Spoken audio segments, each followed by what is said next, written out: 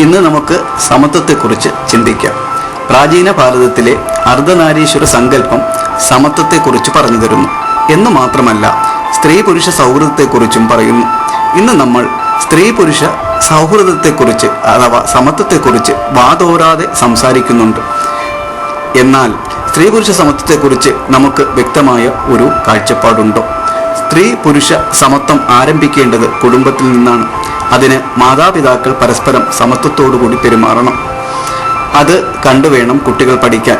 ജന്മനെ തന്നെ കുട്ടികളെ ആൺ പെൺ വ്യത്യാസമില്ലാതെ വളർത്തിയെടുത്താൽ സമത്വത്തെക്കുറിച്ചുള്ള ആദ്യ കാൽവയ്പായി.